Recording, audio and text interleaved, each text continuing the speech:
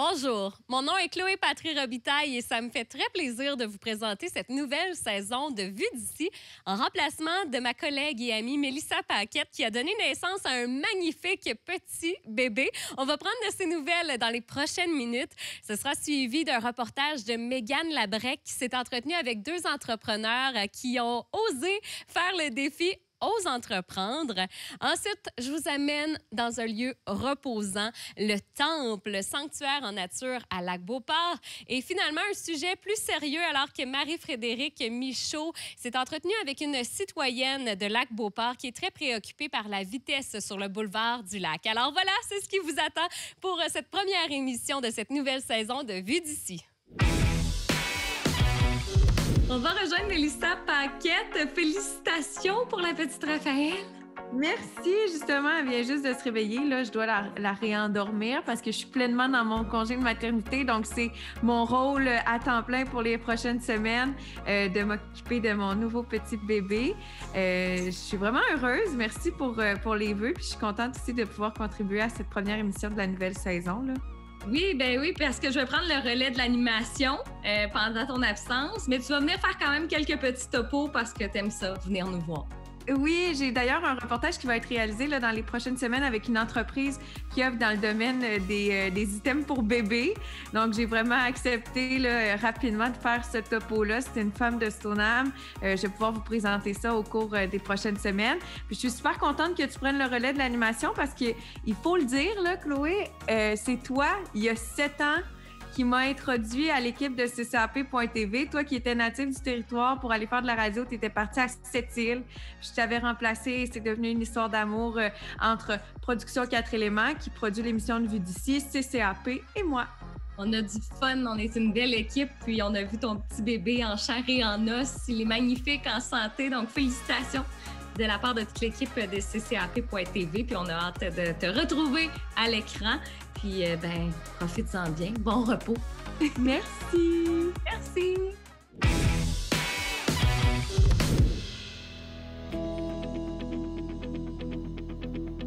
Aujourd'hui, je m'en vais à la rencontre de Christiane Néron ainsi que de Corinne Germain pour parler entrepreneuriat. Les deux femmes font partie de l'organisme Ose entreprendre depuis plusieurs années déjà et avec leur bagage, elles inspirent d'autres entrepreneurs à se lancer en affaires. Bientôt aura lieu la semaine des entrepreneurs à l'école qui inspire les jeunes à lancer leur projet entrepreneurial. Et d'ailleurs, il y aura aussi bientôt l'ouverture des candidatures du défi Ose entreprendre et c'est ce dont je vais discuter avec elle aujourd'hui. Christiane, vous êtes impliquée dans l'organisme Ose entreprendre depuis 24 ans maintenant. Qu'est-ce qui vous a donné envie de vous impliquer au sein de cet organisme-là il y a quelques années? En fait, c'est que j'ai entendu parler du défi Ose entreprendre il y a plus de 20 ans. Et lorsque j'ai regardé la mission qui est Inspirer le désir d'entreprendre, pour moi, je me suis dit c'est une façon de mettre ces projets-là en valeur. Et d'autant plus que le défi couvre deux niveaux, deux milieux, c'est-à-dire le milieu tant au niveau scolaire qu'au niveau affaires. Alors pour moi, c'était naturel de m'impliquer au niveau du défi. C'est quoi la mission première de cet organisme-là? Inspirer le désir d'entreprendre. Puis quand on parle d'inspirer le désir d'entreprendre au niveau scolaire, au niveau affaires, c'est tant au niveau d'entreprendre sa vie que s'entreprendre au niveau du démarrage d'entreprise. Quel type de volet est-ce qu'on retrouve dans cet organisme-là? Parce que non seulement c'est un organisme qui aide les gens à entreprendre des projets, mais il y a aussi des défis rattachés à ça. En fait, nous avons 4 volets. Le premier, c'est au niveau du volet scolaire qui touche du primaire à l'université. Ensuite, nous avons le volet création d'entreprise. Nous avons aussi le volet réussite Inc. Et notre dernier volet, on parle beaucoup d'achat local. Alors, si vous vous approvisionnez auprès des fournisseurs d'ici, vous pouvez vous inscrire au volet Faire affaires ensemble. Pourquoi est-ce que les entrepreneurs ou tous ceux qui ont un projet entrepreneurial en tête devraient s'inscrire au défi Ose entreprendre? En fait, là, je vous dirais que c'est pour la visibilité. c'est qu'on veut faire connaître ces projets-là, les gens, les jeunes, les moins jeunes, nos entrepreneurs. Et pour nous, on leur donne une tribune, un tremplin. Et le défi, ça leur permet de rayonner. Quand on fait un projet, parfois, on change le monde, puis il n'y a personne qui en entend parler, mais le défi, ça permet de mettre en lumière nos candidats. Évidemment, la compétition, le grand défi aux entreprendre va avoir lieu au mois d'avril. Mais comment est-ce que ça se passe une fois que les jeunes ou encore les moins jeunes ont déposé leur candidature pour participer? Il y a un processus de sélection. Il y a 3 échelons, au niveau local, régional, national. Globalement, jusqu'au 15 mars, ils déposent. Au mois d'avril, majoritairement, ce sont les finales au niveau local, au mois de mai au niveau régional et au mois de juin au niveau national pour les 17 régions du Québec. Donc, pour ces échelons-là, il y a des jurys qui font l'analyse des candidatures. Et puis, celles qui sont retenues sont invitées dans les différents galas ou remises de prix. Lorsqu'on côtoie ces gens-là lors de notre gala, on se rend compte, on voit les yeux briller de fierté. Et comme je vous disais, qu'ils soient hauts comme ça ou hauts comme ça, sont fiers de présenter leur projet. Jusqu'à quel moment est-ce que les entrepreneurs et tous ceux qui ont un projet en tête peuvent s'inscrire pour participer à ce beau défi entrepreneurial? Alors, à partir du 23 novembre, c'est l'ouverture des inscriptions et la fin, c'est mardi le 15 mars, 16 h. De quelle façon est-ce que les jeunes ou encore les moins jeunes, appelons-les les étudiants, peuvent participer à ce défi-là, qui est le défi Ose entreprendre? Il faut aller sur le site d'Ose entreprendre pour pouvoir déposer une candidature en remplissant le formulaire de participation. Donc, c'est important d'être capable de nommer à quel besoin on répond dans la communauté.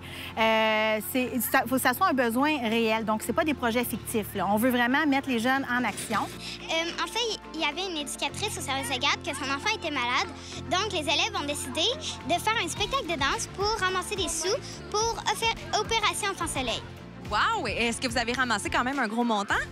Oui, on a ramassé assez beaucoup d'argent pour aider les personnes qui étaient malades. Ensuite de ça, on veut nommer les qualités entrepreneuriales qu'ils développent. Le leadership, la coopération, l'esprit d'équipe. Donc, c'est des qualités qui leur sont utiles pour la vie. Quelle qualité est-ce que ça t'a apporté de participer au défi? J'ai beaucoup aimé les travails en équipe. En plus du défi Ose entreprendre, il existe aussi la Semaine des entrepreneurs à l'école pour inciter les jeunes à s'intéresser à l'entrepreneuriat. Ça se déroule du 8 au 19 novembre prochain. Comment est-ce que ça fonctionne et qu'est-ce qui va se passer lors de cette semaine-là? C'est l'occasion pour nos entrepreneurs de venir partager leur passion, le parcours entrepreneurial passionnant qu'ils ont vécu. C'est des modèles, finalement, pour nos jeunes qui, eux aussi, ont des projets parce qu'on peut faire une différence, même quand on est au primaire, au secondaire, cégep, université, on peut vraiment faire une différence dans la communauté. Donc, de pouvoir comprendre qu'on peut réaliser nos projets avec l'aide de la communauté, ces gens-là viennent nous inspirer à le faire. D'ailleurs, parlons des projets qui ont été déposés au cours des dernières années. Est-ce que vous avez des exemples concrets de jeunes, par exemple du primaire, du secondaire ou de l'université qui ont déposé des projets pour participer au défi? Oui, bien, je peux vous parler d'un projet. Souvent, les enseignants, ils réalisent pas qu'ils font de l'entrepreneuriat. Donc, d'organiser, par exemple, la remise de cartes de Noël à des personnes âgées pour briser l'isolement, de les créer en classe, de produire le message, d'avoir un petit cadeau peut-être qu'on fait en art plastique. Donc, on fait du français, des arts. On est capable d'inclure des matières scolaires dans le projet. Et ensuite, on va visiter les personnes âgées pour leur remettre le cadeau. C'est des moments extraordinaires qui nous donnent la larme à l'œil parce que c'est trop beau de voir ce partage-là de bienveillance avec intergénérationnel. C'est juste un exemple de ce que l'entrepreneuriat scolaire peut amener de bien dans la communauté. Il faut dire que le comité du défi Ose entreprendre a remporté 2 fois un prix honorifique d'engagement régional. Qu'est-ce que ça représente pour vous de se voir remettre ce prix-là pour une 2e année?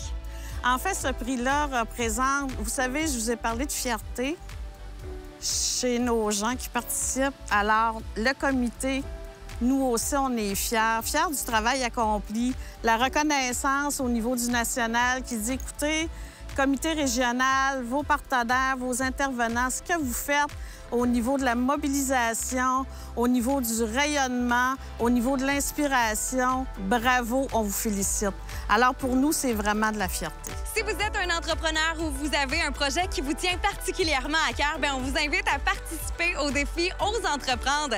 Le dépôt de candidature se déroule du 23 novembre au 15 mars prochain. Et évidemment, pour tous les détails, on vous invite à visiter la page Facebook ainsi que le site Internet d'Ose entreprendre. Bonjour. Aujourd'hui, on est au Temple Sanctuaire en nature, situé juste à côté du Centre de l'Être sur le chemin Fleming à Lac-Beauport. On vient rencontrer Pavla Dubo, l'entrepreneur et la propriétaire de ce magnifique lieu. Venez-vous-en, on va la rencontrer.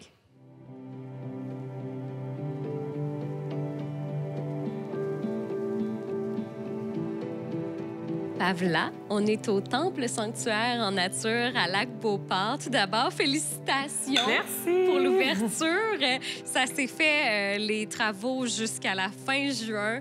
Là, ça ouvre officiellement. Tu dois être terriblement excitée. Oui, je suis très, très fière, très fébrile de vraiment présenter cette fois le bébé au monde.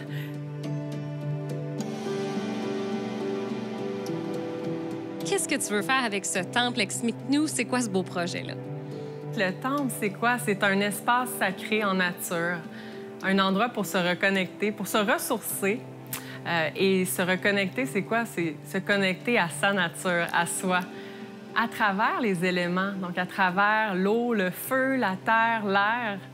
Tous les éléments de la nature sont omniprésents autour, mais aussi à l'intérieur de soi. Donc, c'est pour offrir des ateliers, des événements, des retraites. Il va y avoir un atelier de breathwork qui est la respiration consciente. C'est ce que j'enseigne depuis 2018. Donc, j'ai fait ma formation avec Annie Langlois et je l'enseigne à ma façon aussi, beaucoup avec le mouvement conscient. Et il va y avoir également des collaboratrices qui vont venir donner des ateliers sur les auras. Donc, comment apprendre à lire, c'est quoi les auras? Okay. Apprendre à les lire. Il va y avoir également des ateliers sur l'astrologie. Wow. Plusieurs autres des ateliers qui vont mélanger aussi le yoga, mais avec quelque chose de plus. Donc, on veut offrir une valeur ajoutée. Parce que mon but, c'est pas d'être en compétition avec les studios de yoga. En fait, mon but, c'est la collaboration. Qu'est-ce que vous voulez faire exactement avec ces ateliers-là? Ça va être quoi, là, précisément? Oui, bien, on veut, en fait, démystifier le mystique. Donc, tout ce qui est un peu invisible, intangible, on parle beaucoup de spiritualité, mais en fait, c'est quoi la spiritualité? C'est de croire en quelque chose de plus grand que soi. C'est vraiment de se connecter à notre intuition, tout ce qui est subtil. OK. Puis là, bon, nous, on pense tout de suite au yoga. Est-ce que ça serait quelque chose qui pourrait se faire ici? Totalement, parce que je te donne un exemple. Dans la conscience holistique, on a la santé physique. La santé mentale, émotionnelle, spirituelle et sociale. Le yoga, il y a deux façons de le voir. Il y en a pour qui, puis c'est de plus en plus populaire, mais les asanas, les postures, qui sont la partie, en fait, la porte d'entrée du yoga. Et c'est comme ça que j'ai commencé il y a 12 ans. Moi, ma pratique de yoga, c'était littéralement aller dans un studio de yoga show. Puis j'ai commencé avec les postures physiques parce que ça me faisait du bien, ça m'aidait à relaxer. Et j'ai tranquillement commencé, on faisait des exercices de pranayama, donc de la respiration. Donc ça aussi, ça peut être quelque chose, en fait, c'est quelque chose qu'on offre au temple, des ateliers de respiration consciente. C'est d'autres techniques qui nous aident à se reconnecter à soi.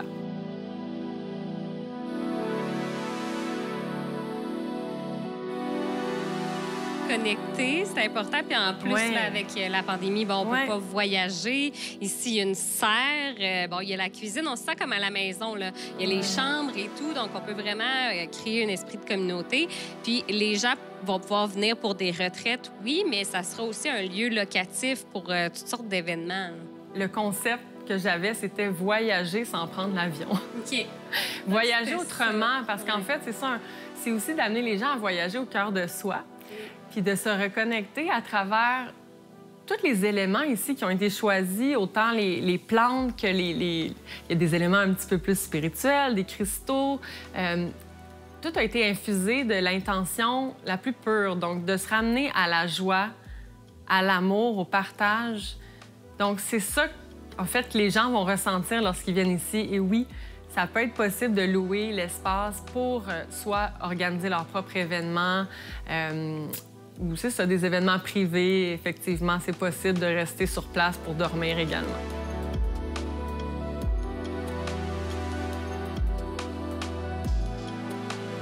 Comment tu vis ça maintenant d'être ta propre patronne, puis aussi de vivre de ton entreprise que tu as pensé au fil des dernières années? J'ai un grand sentiment de fierté.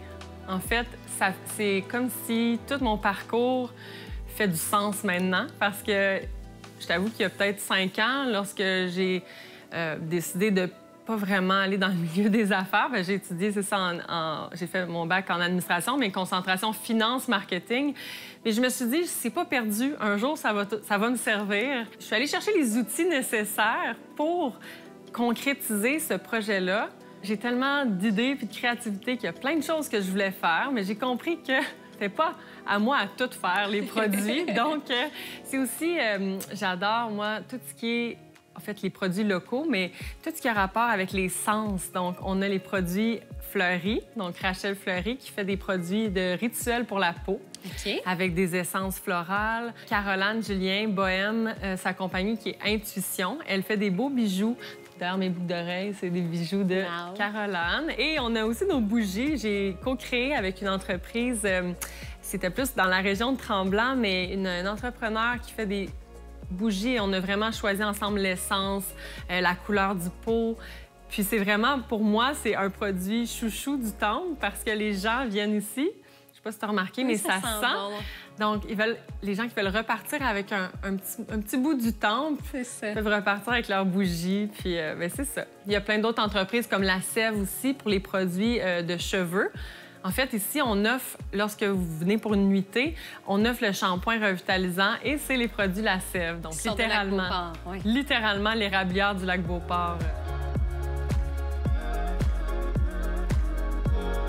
Je te souhaite beaucoup de succès avec aussi Chloé, ton employé, et tous ceux qui vont embarquer dans l'aventure, les gens qui vont oser, qui vont faire preuve d'ouverture aussi en participant aux divers ateliers. Bon succès. Merci beaucoup. Merci.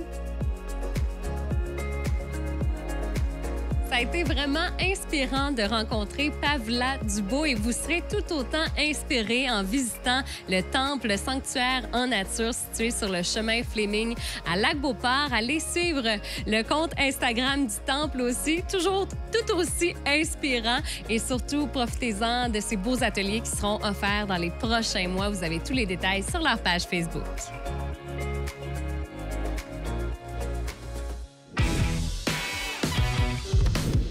Nous sommes présentement à Lac-Beauport pour rencontrer une citoyenne engagée, Marie-Hélène, qui veut dénoncer la vitesse du boulevard du Lac. Accidents récurrents, on a aussi la vitesse qui augmente considérablement le taux de mortalité des piétons. Marie-Hélène va nous parler de ses discussions avec les instances gouvernementales, de ses démarches et de ses solutions. Marie-Hélène, merci de nous accueillir chez toi. J'aimerais savoir pourquoi tu crois que la vitesse est inadéquate. Merci pour l'entrevue, Marie-Frédérique. En fait, je suis déménagée ici le 1er juin. Et quelques semaines après que je sois déménagée, il est arrivé un accident juste en face de chez moi, sur le boulevard du Lac, qui était lié à la vitesse.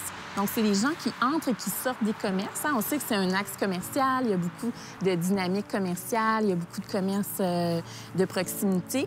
Et il est arrivé cet accident-là, mais depuis ce temps-là, à tous les jours, j'entends des gens qui klaxonnent, j'entends des gens qui freinent brusquement. Il y a des traces de freinage aussi sur l'asphalte. Puis, c'est un milieu où est-ce que c'est plein d'enfants. Les arrêts d'autobus, les autobus scolaires qui débarquent les enfants sur le boulevard, les enfants marchent sur le boulevard. Il y a plein de cyclistes. Puis je me disais, oh là là, c'est dangereux, c'est risqué. Puis j'ai découvert qu'il y avait eu un autre accident du même type il y a 1 an.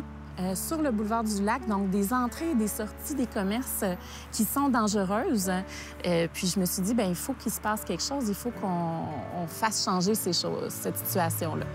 Puis quelles sont les démarches que vous avez entreprises? J'ai communiqué avec Sylvain Lévesque, le député, et lui, il m'a référé vraiment au niveau de la municipalité. Il m'a dit, allez voir la municipalité, voyez là, les responsables de la sécurité routière, qu'est-ce qu'ils peuvent faire. J'ai communiqué avec la municipalité. La municipalité m'a renvoyé au MTQ parce que le ministère des Transports serait celui qui est responsable du boulevard du Lac, étant donné que c'est un boulevard intermunicipal. je suis allée faire une plainte au MTQ. Et le MTQ m'a dit, mais il faut que vous retourniez à la municipalité ou à la SQ. Là, j'ai dit, oh non, il faut qu'on fasse quelque chose de plus. Donc, j'ai lancé une pétition en ligne. Il y a beaucoup de citoyens qui ont réagi là, suite à cette pétition-là, qui ont appuyé aussi la démarche. Et j'ai reçu un rapport du MTQ. Suite au rapport qui a été émis, on m'a dit, écoutez, on a analysé tout le boulevard du Relais jusqu'à l'entrée d'autoroute.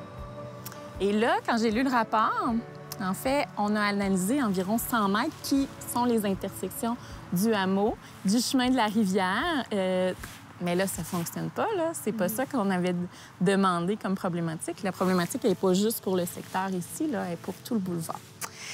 Fait que ça a été vraiment décevant. Et aussi, on a considéré un peu comme... On a juste analysé la fluidité au niveau du boulevard, tu sais, en disant, bon, la vitesse de 70, considérant les paramètres, considérant la géométrie de la route, c'est correct. Mais c'est pas un tunnel, là. Il y a des aménagements à faire, il y a plein de cyclistes. C'est ça qu'il faut considérer, c'est l'aspect humain de ce boulevard-là. Et dans le rapport, on n'en parle pas du tout.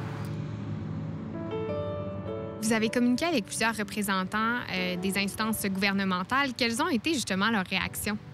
Bien, en fait, la plupart des instances reconnaissent le problème, reconnaissent qu'effectivement, il y aurait une amélioration à faire, notamment avec les entrées et sorties de commerce, ces choses-là qu'on pourrait peut-être mettre un photoradar, qu'on pourrait mettre un détecteur de limite de vitesse, synchroniser les lumières, on pourrait se mobiliser avec la SQ, dire « Hey, la SQ, faites quelque chose ».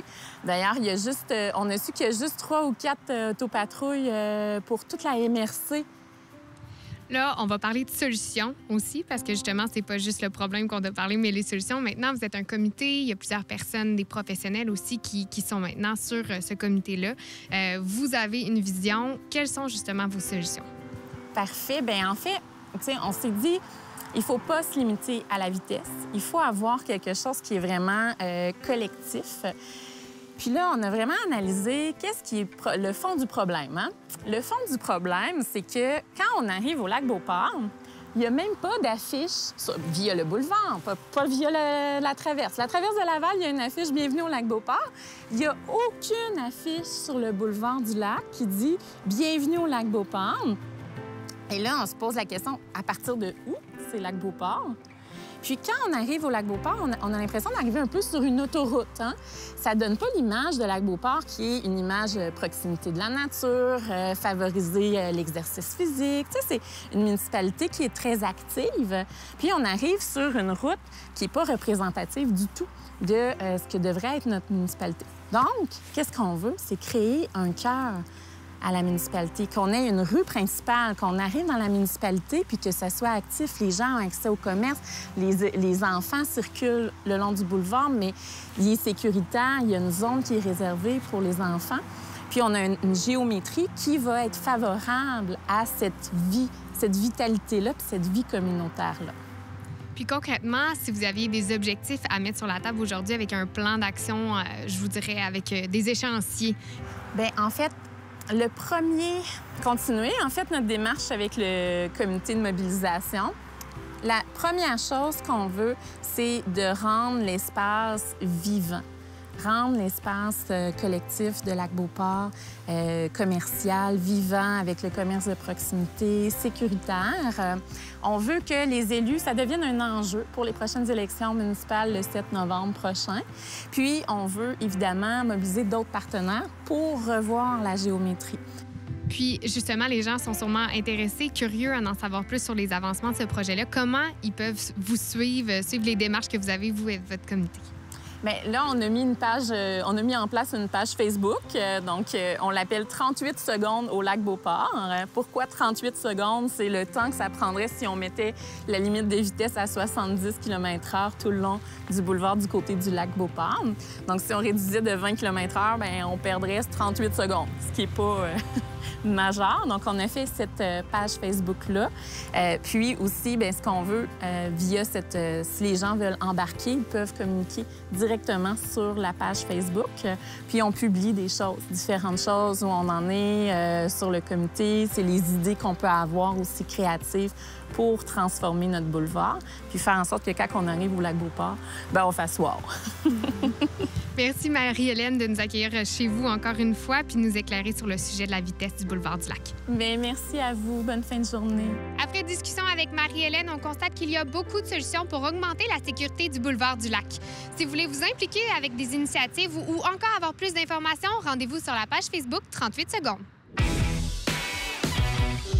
Et voilà, c'est déjà tout pour cette première émission de cette nouvelle saison de Vue d'ici. Pour voir ou revoir ou encore partager nos reportages, je vous invite à consulter le site Internet ccap.tv. Suivez-nous également sur les réseaux sociaux Facebook et Instagram pour voir les dessous de nos reportages pour Vue d'ici.